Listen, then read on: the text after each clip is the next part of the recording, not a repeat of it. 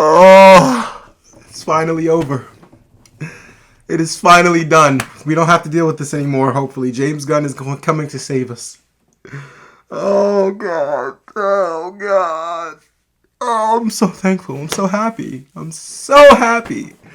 I'm so happy this DC Extended Universe is over because I can't. I can't take it anymore. This movie, I know it got shot through a lot of, COVID problems, Amber Heard problems, and just problems in general, but we got to stop with the excuses for these movies. It's no more. It's no more. They're done, and I'm going to celebrate. I've made a remix to a very classic song that the Fall Guy trailers have reminded me is a fucking banger. So let's do this.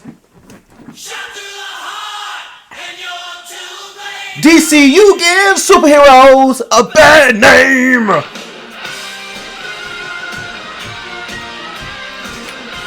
We don't have to deal with it no more, people. We are free! James Gunn is coming to save us, y'all.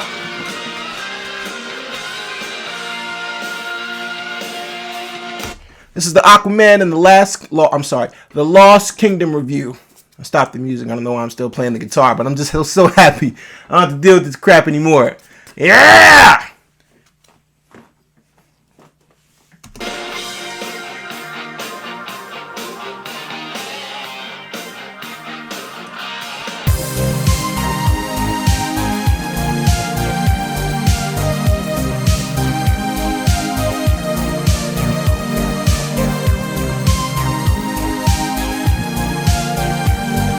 Hey guys, it's your guy in the chair here, and this is my review for Aquaman and the Lost Kingdom, starring Jason Momoa, Patrick Wilson, Yahya Abdul-Mateen, Nicole Kidman, and was directed by James Wan. And our story follows Aquaman trying to adjust to his new life, not only as a dad, but the king of Atlantis. And what happens is Black Manta decides to continue his mission from the last movie and avenge his father's death. So he stumbles upon this very powerful trident called the Black Trident. Yeah, I don't know how I could forget it. Patrick Wilson said it a million times in the trailer. At least that's what it felt like. The Black Trident, and basically it overtakes his mind to start to, collect this very crazy green stuff. It's basically like Aquaman. It's basically like kryptonite for the Atlantean people. It's like that. And basically, Black Manta's out to just kill Aquaman. I'm not going to try to go in depth on what this plot is. And Aquaman requires the help of his brother Patrick Wilson to stop Black Manta once and for all. That's just the gist of this movie, and that's just how I'm going to leave it. There's a lot of in between stuff that we don't really have to get to. But look, I am very happy that these movies are over, and it's not because I was expecting this movie to be bad, although the trailers for this movie were horrible, and every time it came on, I rolled my eyes. And honestly, when I heard the DC Extended Universe was ending, I really didn't understand why this movie had to be released. I understand now that it's for, cash purposes due to the fact that the studio would have lost more money not releasing the film than actually just putting it out and making whatever they could from it. So I guess they had to do it in that sense because it was already mostly shot. But it's just, I knew from this trailer that this movie was not going to make any sort of effort to be a decent film whatsoever. And I went into this movie with an open mind because it's very easy to go in and just hate these films. Like the Flash was not very good. Now, is The Flash one of my most hated movies of the year, or is The Flash even on my top 10 worst movies of the year list? No, but it's not a good movie whatsoever. But I already knew that. So going into The Flash, I was just like, yeah, this isn't going to be good. I'm going to just let whatever happens. And a lot of people didn't like Shazam! Fury of the Gods. I actually don't really mind that movie at all. I actually had quite a bit of fun in that film, but it didn't really get the audience reception that, DC wanted from it. And this movie here, I really thought was very pointless and didn't need to come out whatsoever, but it did, so now I have to critique it. And it's a lot of mid. It's a whole lot of mid. But that's really just what we've been dealing with from DC for the extended period of 10 years. Now, do they have some gems in there? Absolutely. I love the Man of Steel, the Suicide Squad with James Gunn, not Suicide Squad. That movie stinks.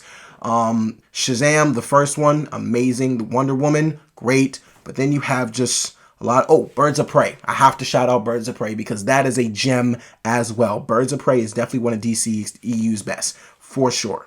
Shout out to the Birds of Prey. They killed it. But then there's just a whole lot of trash.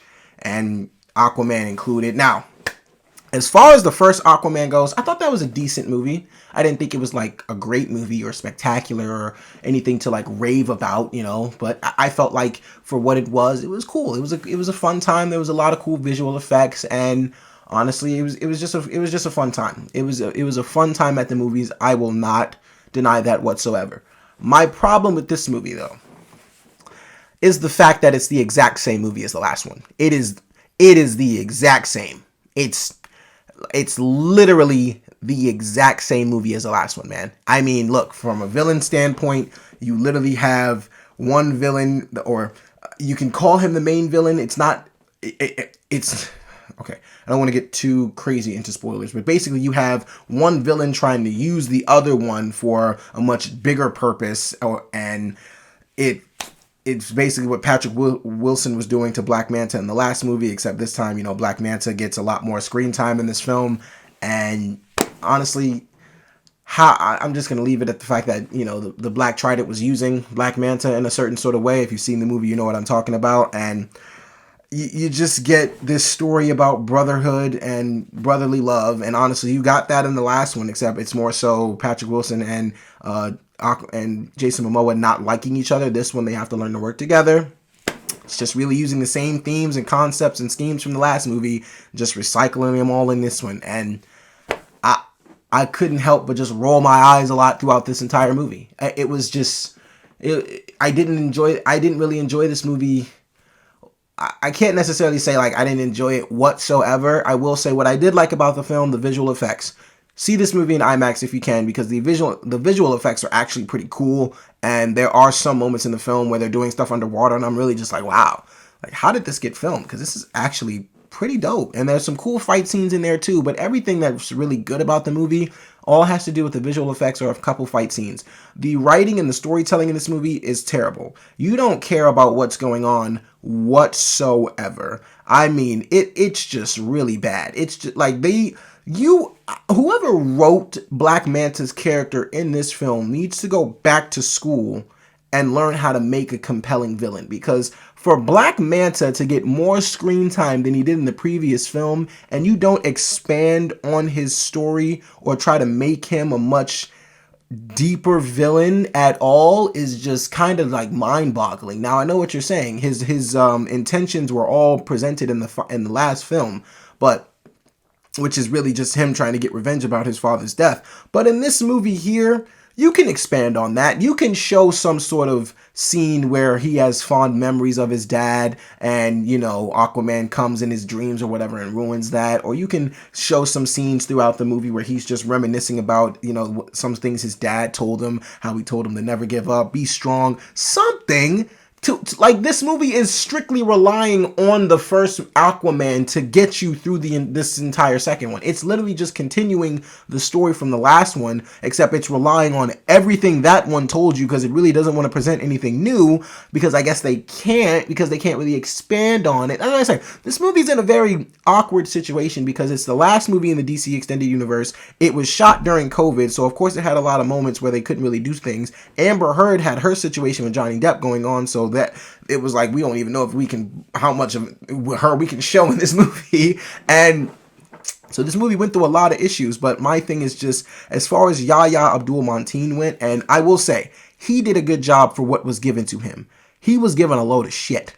He was given a lot of crap to work with in this film, as far as the written material, and just, his dialogue was terrible. His dialogue is terrible, and just his entire character is not written well whatsoever in this movie. Like I said, they are really relying on a lot of the stuff that happened in the last film, which is really all of Black Manta's motives are presented in the first, I want to say like the first 5 minutes of Aquaman. It's legit just him wanting to get revenge for his father's death. But in this movie, you can expand more upon that. You can make us feel the relationship between Black Manta and his dad. You can make us understand just why he hates Aquaman so much. I feel like just continuing to show that scene from the last film only once and saying, all right, well, this is why he hates him. Go on out there and just hate him, purely hate him with all your might for the rest of the movie. It's just lazy, man. You can show you can get the audience to empathize with this guy at least and understand where he's coming from. They don't try to do that whatsoever. Like, I don't understand how you give a villain more screen time in a movie and he's just literally the same guy from last movie. Like, it just doesn't make any sense. This entire thing is the same movie from last time. Now, I will say I did enjoy Jason Momoa and Patrick Wilson's dynamic a little bit. Like, there are some corny moments in there, but honestly, their dynamic is what makes the movie a bit more fun, at least from a character standpoint.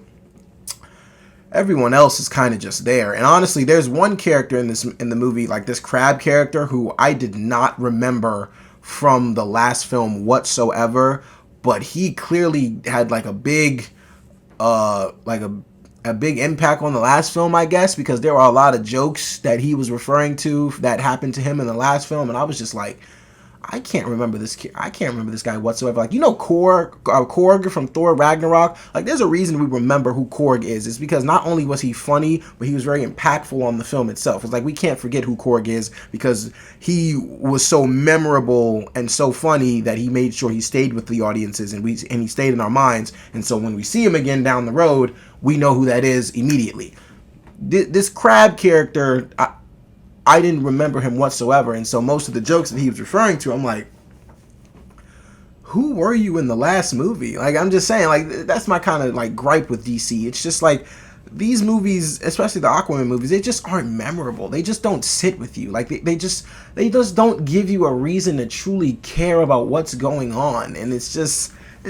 that's why this whole thing just needs to be shut down, and we just need to go ahead and move on to the Gunverse at this point. Gun V, as I'm going to call it. I'm going to start calling it. I like that. Gun V. You know, it's a play on words of Gen V, but the Gun V is coming, and I can't wait to see that because Superman Legacy, I believe, is going to be not only the best Superman movie, but one of the best just superhero origin stories since probably like Iron Man. Like, I think Superman Legacy is going to have like an Iron Man type effect, and that's big shoes to fill. That is big shoes to even compare it to.